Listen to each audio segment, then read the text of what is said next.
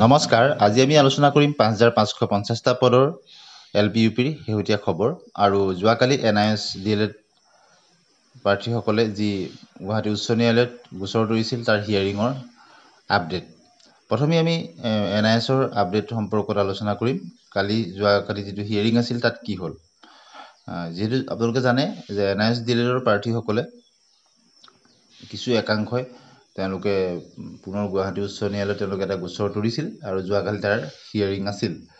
কিন্তু শেহতীয়া খবৰ বুলি ক'বলৈ গ'লে সেই যিটো হিয়াৰিং আছিল সেই হিয়াৰিং ডেটটো এক্সটেণ্ড কৰা হৈছে ২৪ তাৰিখলৈ, অৰ্থাৎ অহাকালিলৈ পুনৰ এক্সটেণ্ড কৰি দিয়া হৈছে।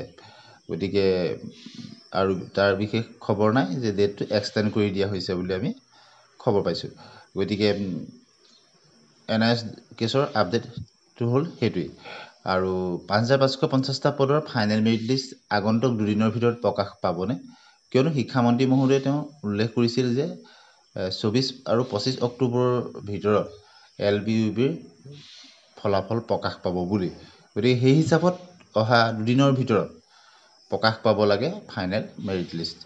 গতিকে প্ৰায়খিনি কাম সম্পূৰ্ণ হৈছে আৰু LPUPৰ, কিয়নো আপোনালোকে জানে যে উইথড্ৰয়েলৰ কাৰণে যে ব্যৱস্থা দিয়া হৈছিল তাক পুনৰ ডেট এক্সটেণ্ড কৰি দিয়া হৈছিল ২২ তাৰিখলৈকে। তাৰ ডেটো শেষ হ'ল। GDPত চিলেক্ট হোৱা কোনোবা যদি LPUPত পাইছে তাৰ আগতে SRD শিক্ষকসকলৰ কাৰণে নটিফিকেশ্যন উলিয়াই দিছিল, তাতো ডেট এক্সটেণ্ড কৰি পুনৰ দিয়া হৈছিল। গতিকে সেইখিনিও সময় পাৰ হৈ গৈছে। তাৰপিছত আকৌ পুনৰ অনলাইন আপলোড কিছু ডকুমেণ্ট বিচাৰিলে সেইখিনিও দিয়া হ'ল। গতিকে এতিয়া আশা কৰা হৈছে আৰু ফাইনেল মেৰিট লিষ্ট প্ৰকাশ পাবৰ কাৰণে। যিসকলৰ প্ৰথম প্ৰভিজনেল মেৰিট লিষ্টত নাম আহিছিল তেওঁলোক নিশ্চিন্ত আছে, আৰু কিছু পইণ্টৰ কাৰণে যিসকলৰ নাম অহা নাছিল তেওঁলোকো যথেষ্ট আশাবাদী হৈ আছে যে ফাইনেল মেৰিট লিষ্টত তেওঁলোকৰ নাম অন্তৰ্ভুক্ত হ'ব, কিয়নো যথেষ্টখিনি উইথড্ৰ হৈছে। আৰু যিহেতু এই ক্ষেত্ৰত ষ্ট্ৰিক্টলি অৰ্ডাৰ দিয়া হৈছে গভমেণ্টৰ ফালৰ পৰা, শিক্ষা বিভাগৰ ফালৰ পৰা উইথড্ৰয়েলৰ কাৰণে। গতিকে আশা কৰা হৈছে যে প্ৰাৰ্থীসকলৰ যি শিক্ষক হোৱাৰ সপোন পূৰ্ণ হ'ব। আৰু আমিও ৫৫৫০টা পদৰ প্ৰতিটো খবৰ আপোনালোকক দিবলৈ চেষ্টা কৰি আহিছোঁ, আৰু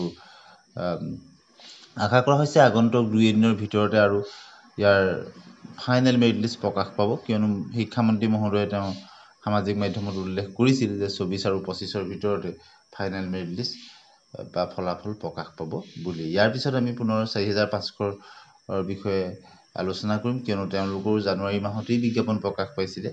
গতিকে ৫৫৫০টা পদৰ ফাইনেল মেৰিট লিষ্ট প্ৰকাশ পোৱাৰ পিছত ৪৫০০ৰ তেওঁলোকৰ ডকুমেণ্ট ভেৰিফিকেশ্যনৰ কামবিলাক বা সেইখিনি আৰম্ভ হ'ব বুলি মুখ্যমন্ত্ৰী মহোদয়ে কৈছিল।